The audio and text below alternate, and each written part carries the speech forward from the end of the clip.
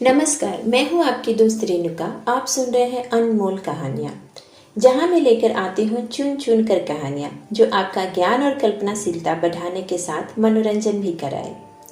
आज की कहानी है सवा सेर गेहूँ। किसी गांव में शंकर नाम का एक सीधा साधा गरीब किसान रहता था। वह अपने काम से काम रखता था, न किसी का लेना न किसी का देना। छल प्रचंप उसे छू भी नहीं पाते थे। ठगे जाने की चिंता न थी। ठग विद्या नहीं जानता था। भोजन मिला खा लिया, न मिला चबेने पर काट दी। चबेना भी न मिला तो पानी पी लिया और राम का नाम लेकर सो जाता। लेकिन जब कोई अतिथि द्वार पर आ जाता था तो उसे इस निवृत्ति मार्ग का त्याग करना पड़ता था।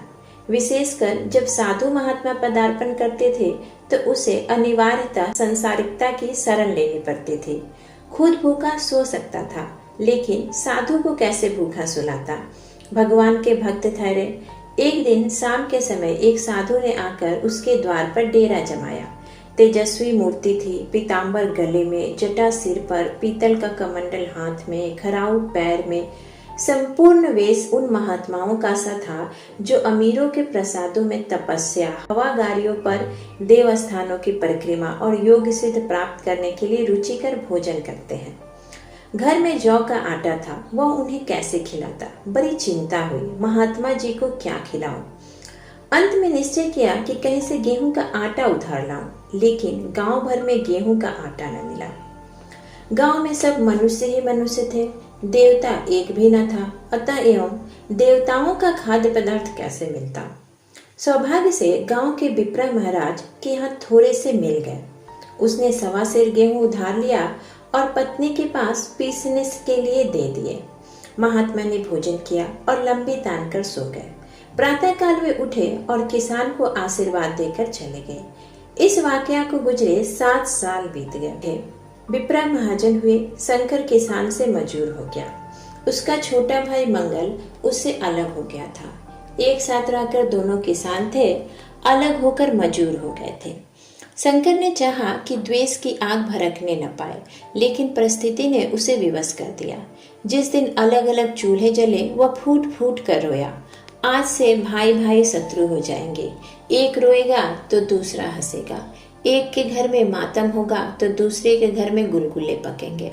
प्रेम का बंधन, खून का बंधन, दूध का बंधन आज टूट जाता है। उसने भगीरथ परिश्रम से कुल मर्यादा का वृक्ष लगाया था। उसे अपने रक्त से सींचा था। उसका जड़ से उखड़ना देखकर उसके हृदय के टुकड़े हुए जाते थे। 7 दिनों तक उसने अन्न की सूरत तक नहीं देखी थी। दिन भर जेठ की धूप में काम करता और रात को मुंह लपेटकर सो जाता। इस भीषण वेदना और दुसह कष्ट ने रक्त ही जला दिया, मांस और मज्जा को भुला दिया। बीमार पड़ा तो महीनों खाट से न उठा। अब गुजर बसर कैसे हो। 5 बीघे के आधे खेत रह गए, एक बैल रह गया। खेती क्या खाक होती। अंत में यहाँ तक नौबत पहुंची कि खेती केवल मर्यादा रक्षा का साधन मात्र रह गई। जीविका का भार मजूरी पर आ पड़ा। 7 वर्ष बीत गए। एक दिन जब शंकर मजूरी करके लौटा तो रास्ते में विप्र जी ने टोक कर कहा, शंकर, कल आकर अपने बीज बेग का हिसाब कर ले। तेरे यहाँ 4.5 मन गेहूं कब से बाकी पड़े हुए हैं और तू देने का नाम ही नहीं लेता। क्या हजम करने का इरादा है। यह सुनकर शंकर चकित रह गया। उसने कहा, विप्र जी, मैंने तुमसे कब गेहूं लिए थे जो 5.5 मन हो गए। शायद तुम भूल रहे हो, मेरे यहाँ किसी का छटांग भर न अनाज है न 1 पैसा उधार। विप्र जी ने कहा, इसी नियत का तो फल भोग रहे हो कि खाने को नहीं जुड़ता। यह कहकर विप्र जी ने उस पर सवा सेर गेहूं का जिक्र किया जो उन्होंने आज से 7 वर्ष पहले शंकर को दिए थे। यह सुनकर शंकर अवाक रह गया। मन ही मन कहने लगा, हे ईश्वर, मैंने इन्हें कितनी बार खलिहानी दी, इन्होंने मेरा कौन सा काम किया। जब पोथी पत्रा देखने, साइन सगुन विचारने द्वार पर आते थे, कुछ न कुछ दक्षिणा ले ही जाते थे। इतना स्वार्थ, सवा सेर अनाज को अंडे की तरह सेक कर आज यह 50 खरा कर दिया जो मुझे निगल ही जाएगा। इतने दिनों में अगर एक बार भी कह देते तो मैं गेहूं तौल कर दे देता। क्या इसी नियत से चुप साधे बैठे रहे? फिर प्रत्यक्ष में बोला, महाराज, नाम लेकर तो मैंने उतना अनाज नहीं दिया, लेकिन कई बार खलिहानी में सेर दो दो सेर दिया है। अब आप आज 5.5 मन मांगते हैं, कहाँ से दूंगा? विप्र जी ने कहा, लेखा जौ जौ बख्शीश 100 तुमने जो कुछ दिया होगा उसका कोई हिसाब नहीं। चाहे एक चीज की जगह 4 पसेरी दे दो। तुम्हारे नाम बही में 5.5 मन लिखा हुआ है, जिससे चाहे हिसाब लगवा दो। दे दो तो तुम्हारा नाम छेक दो, नहीं तो और भी बढ़ता रहेगा। शंकर, महाराज, क्यों एक गरीब को सताते हो? मेरे खाने का ठिकाना नहीं, इतना गेहूं कहाँ से लाऊंगा? विप्र, तुम कहीं से भी लाओ, मैं एक छटांग भर भी नहीं छोड़ूंगा। यहाँ नहीं दोगे, भगवान के घर तो दोगे। यह सुनकर शंकर कांप उठा। अगर वह पढ़ा लिखा होता तो कह देता, अच्छी बात है, ईश्वर के घर ही दे देंगे। वहां की तौल यहाँ से कुछ बड़ी तो ना होगी। कम से कम यहाँ कोई प्रमाण हमारे पास नहीं, फिर उसकी क्या चिंता। लेकिन शंकर इतना तार्किक व्यवहार चतुर नहीं था। एक तो ऋण, वह भी ब्राह्मण का, बही में नाम गया तो सीधे नरक में जाऊंगा। इस ख्याल ही से उसे रोमांच हो गया। बोला, महाराज, तुम्हारा जितना होगा वही दूंगा। ईश्वर के यहाँ क्यों दूं? इस जन्म में तो ठोकर खा ही रहा हूँ, उस जन्म के लिए क्यों काटे बो? किंतु यह कोई निवाय नहीं है। तुमने तो राई का पहाड़ बना दिया। ब्राह्मण होकर तुम्हें ऐसा नहीं करना चाहिए था। उसी समय तगादा करके ले लिया होता तो आज मेरे सिर पर इतना बड़ा बोझ क्यों पड़ता? मैं तो दूंगा, परंतु तुम्हें भगवान के यहाँ जवाब देना पड़ेगा। विप्र, मुझे वहां का डर क्यों होने लगा? वहां का डर तो तुम्हें होगा। वहां तो सब अपने भाई बंधु हैं, ऋषि मुनि सब तो ब्राह्मण ही हैं, देवता ब्राह्मण हैं, जो कुछ बने बिगड़ेगी संभाल लेंगे। तो बोलो, कब देते हो? शंकर, मेरे पास तो रखा है नहीं, किसी से मांग कर लाऊंगा तभी तो दूंगा। विप्र, अब मैं नहीं मानूंगा। 7 साल हो गए, अब मैं एक दिन की भी मोहलत नहीं दे सकता। गेहूं नहीं दे सकते तो दस्तावेज लिख दो। शंकर, मुझे तो देना है, चाहे गेहूं लो चाहे दस्तावेज लिखवाओ। किस हिसाब से दाम रखोगे? विप्र, यो तो बाजार का भाव 5 सेर का है, तुम्हें 5.25 सेर का काट दूंगा। शंकर, जब दे ही रहा हूं तो बाजार भाव काटूंगा, पाव भर छुरा कर क्यों दोषी बनूं? हिसाब लगाया गया तो गेहूं के दाम 60 रुपये हुए। 60 रुपये का दस्तावेज लिखा गया, 3 रुपये सैकड़े सूद। साल भर में न देने पर सूद का दर 3.5 रुपया सैकड़े, 12 आने का स्टैंप, 1 रुपये दस्तावेज की तहरीर शंकर को ऊपर से देनी पड़ी। गांव भर ने विप्र जी की निंदा की, लेकिन मुंह के आगे नहीं। महाजन से सभी का काम पड़ता है, उसके मुंह कौन आए। शंकर ने साल भर तक कठिन तपस्या की। मियाद के पहले रुपये अदा करने का उसने व्रत सा कर लिया। दोपहर को भले भी चूल्हा नहीं चलता था, चबेने पर बसर होती थी। अब वह भी बंद हुआ। केवल लड़के के लिए रात को रोटियां रख दी जाती। पैसे रोज का तंबाकू पी जाता था। यही एक व्यसन था जिसका वह कभी त्याग न कर सका था। अब यह व्यसन भी इस कठिन व्रत की भेंट हो गया। उसने चिल्लम पटक दी और तंबाकू की हारी चूर चूर कर डाली। कपड़े पहले भी त्याग कर चरम सीमा तक पहुंच चुके थे। अब वह प्रकृति की न्यूनतम रेखाओं में आबद्ध हो गया। शिशिर की शक्ति अस्थि भेदक शीत को उसने आगे ताप कर काट दिया। इस ध्रुव संकल्प का फल आशा से बढ़कर निकला। साल के अंत में उसके पास 60 रुपये जमा हो गए। उसने समझा, पंडित जी को इतने रुपये दे दूंगा और कहूंगा, महाराज बाकी रुपये भी जल्द ही आपके सामने हाजिर करूंगा। 15 रुपये की तो और बात है, क्या पंडित जी इतना भी न मानेंगे? उसने रुपये लिए और ले जाकर पंडित जी के चरण कमलों में अर्पण कर दिए। पंडित जी ने विस्मित होकर पूछा, किसी से उधार तो नहीं लिए? शंकर, नहीं महाराज, आपकी कृपा से मजदूरी अच्छी मिल गई थी। विप्र, लेकिन यह तो केवल 60 रुपये हैं, बाकी 15 रुपये कहाँ हैं?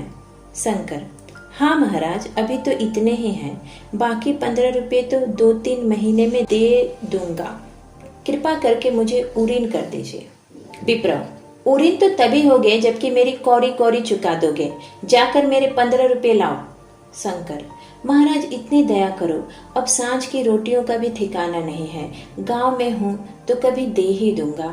विप्र, मैं यह रोग नहीं पालता, न बहुत बातें करना जानता हूँ। अगर मेरे पूरे रुपए न मिलेंगे तो आज से 3.5 रुपए सैकड़े का ब्याज लगेगा। अपने रुपए चाहे अपने घर में रखो, चाहे मेरे यहाँ छोड़ के जाओ। शंकर, महाराज जितना लाया हूँ उतना तो रख लीजिए, बाकी के 15 रुपए का मैं इंतजाम करता हूँ। यह कहकर शंकर वहां से चला गया। शंकर ने सारा गांव छान मारा, मगर किसी ने उसे रुपए नहीं दिए। इसलिए नहीं कि उसका विश्वास न था या किसी के पास रुपए न थे, बल्कि इसलिए कि पंडित जी के शिकार को छेड़ने की किसी में हिम्मत नहीं थी। शंकर साल भर तपस्या करने पर भी जब ऋण से मुक्त होने में सफल न हो सका तो उसका संयम निराशा के रूप में परिणत हो गया। उसने समझ लिया कि जब इतना कष्ट सहने पर भी साल भर में 60 रुपए से अधिक न जमा कर सका तो अब और कौन सा उपाय है, किसके द्वारा इतने दूने रुपए जमा हो। जब सिर पर ऋण का बोझ ही लादना है तो क्या मन भर का और सवा मन का। उसका उत्साह छिन्न हो गया, मेहनत से घृणा हो गई। आशा उत्साह की जननी है, आशा में तेज है, बल है, जीवन है। आशा ही की संचालक शक्ति है। शंकर आशाहीन न होकर उदास हो गया। वह जरूरतें जिनको उसने साल भर तक टाल रखा था अब द्वार पर खड़ी होने वाली भिखारनी न थी, बल्कि छाती पर सवार होने वाली पिचासनियां थी जो अपनी भेंट लिए बिना जान नहीं छोड़ती। कपड़ों में चकतियों के लगने की भी एक सीमा होती है। अब शंकर को चिट्ठा मिलता तो वह रुपए जमा न करता। कभी कपड़े लाता, कभी खाने की कोई वस्तु। जहाँ पहले तंबाकू ही पिया करता था वहाँ गांजे और चरस का भी चस्का लगा। उसे अब रुपए अदा करने की कोई चिंता नहीं थी, मानो उसके ऊपर किसी का एक पैसा भी नहीं आता। वह काम करने अवश्य जाता था, लेकिन काम पर न जाने का बहाना भी ढूंढता रहता था।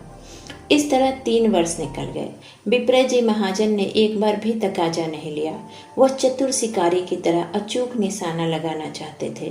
पहले से शिकार को चौकन्ना उनकी नीति के विरुद्ध था। एक दिन उन्होंने शंकर को बुलाकर हिसाब दिखाया। 60 रुपये तो जमा थे, वह मिन्हा करने पर अब भी शंकर के जिम में 120 रुपये निकले।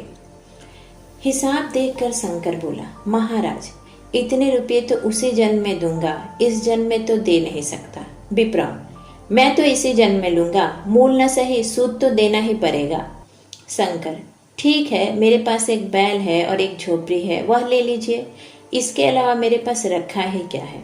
विप्र, मुझे बैल बधिया लेकर क्या करना है, मुझे देने को तुम्हारे पास बहुत कुछ है, लेकिन तुम देना नहीं चाहते। शंकर, महाराज और क्या है मेरे पास। विप्र, कुछ नहीं है, तुम तो हो, आखिर तुम भी कहीं मजदूरी करने जाते ही हो। मुझे भी खेती के लिए एक मजदूर रखना ही पड़ता है। सूद में तुम मेरे यहाँ काम करो, जब सुविधा हो मूल भी दे देना। सच तो यह है कि अब तुम किसी दूसरी जगह काम करने नहीं जा सकते जब तक मेरे रुपए नहीं चुका दो। तुम्हारे पास कोई जायदाद नहीं है, इतनी बड़ी गठरी में मैं कैसे एतवार कर छोड़ दूं। कौन इसका जिम्मा लेगा कि मुझे महीने महीने सूद देते जाओगे, और कहीं कमाकर जब तुम मुझे सूद भी नहीं दे सकते तो मूल ही कौन कहे। शंकर, महाराज सूद में तो काम करूंगा, मगर खाऊंगा क्या। विप्र, तुम्हारी पत्नी है, बेटा है, क्या वे हाथ पैर काट के बैठेंगे। रहा मैं, तुम्हें आधा सिर जौ रोज कलेवा के लिए दे दिया करूंगा। और क्या चाहिए तुम्हें। यह सच है कि और लोग तुम्हें 6 आने रोज देते हैं, पर मुझे ऐसी गरज नहीं है। मैं तो तुम्हें अपने रुपए भरने के लिए रखता हूँ। शंकर कुछ देर तक तो विचार मग्न चिंता में डूबा रहा, फिर बोला, महाराज यह तो जन्म भर की गुलामी हुई। विप्र, गुलामी समझो चाहे मजदूरी, मैं अपने रुपए वसूल किए बिना तुम्हें नहीं छोड़ सकता। तुम भागोगे तो तुम्हारा लड़का भरेगा, लेकिन हाँ, जब कोई नहीं रहेगा तब बात दूसरी है। इस निर्णय की कहीं अपील नहीं थी। मजदूर की जमानत कौन करेगा, कहीं शरण न थी, भागकर कहाँ जाता। आखिर मजबूर होकर शंकर ने विप्र जी के यहाँ काम करना शुरू कर दिया। 1.25 सेर गेहूं की बदौलत उम्र भर के लिए गुलामी की बेड़ी पैरों में डालनी पड़ी। उस अभागे को अब अगर किसी विचार से संतोष था तो वह यह था कि यह मेरे पूर्व जन्म का संस्कार है। पत्नी को वे काम करने पड़ते थे जो उसने कभी न किए थे। बेटा दाने को तरसता था, लेकिन अब शंकर चुपचाप देखने के सिवा और कर भी क्या कर सकता था। वह गेहूं के दाने किसी देवता के सांप की भांति याव जीवन उसके सिर से न उतरे। शंकर ने विप्र जी के यहाँ 120 वर्ष तक गुलामी करने के बाद इस दुस्संसार संसार से प्रस्थान किया। 120 रुपये अभी तक उसके सिर पर सवार थे। पंडित जी ने उस गरीब को भगवान के दरबार में कष्ट देना उचित न समझा। इतने अन्याय, इतने निर्दयी थे। उसके जवान बेटे की गर्दन पकड़ी। आज तक वह विप्र जी के यहाँ काम करता है। उसका उद्धार कब होगा भी या नहीं, भगवान ही जाने। पाठक, इस वृतांत को कपोल कल्पित न समझिए। यह एक सत्य घटना है। ऐसे शंकरों और ऐसे विप्रों से दुनिया खाली नहीं है। इसी के साथ मैं आपसे विदा लेती हूँ। फिर मिलूंगी एक नई कहानी के साथ। तब तक आशा करती हूँ कि आप कहानियाँ सुनते रहेंगे और करना नहीं भूलेंगे लाइक, शेयर एंड सब्सक्राइब।